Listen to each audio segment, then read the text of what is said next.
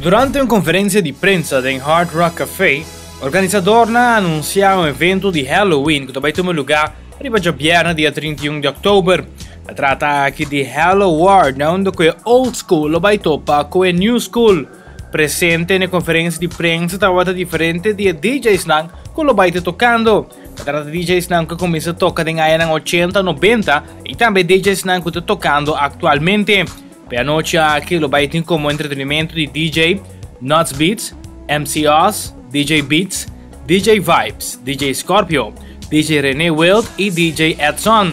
A dado momento também tem hasta weigh-in, onde o diferente DJ que estava presente mas era pisa, para que mira 4 sons de mais peso e naturalmente 4 sons que vai pôr mais ambiente durante a noite.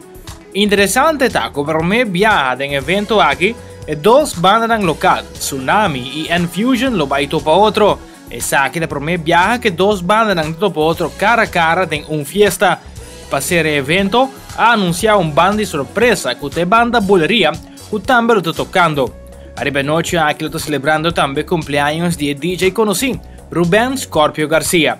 Lo vai usar tanto parte para fora como parte para dentro de fiesta e lo vai ter hobby prêmio também para esse cubini disfrazar.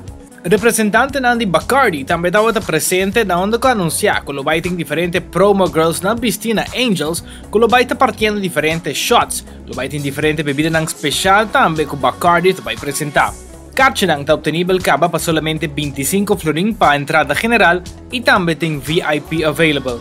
Assim a Taruba te invita para assim que celebrar Halloween, já viernes dia 31 de outubro em Hard Rock Café.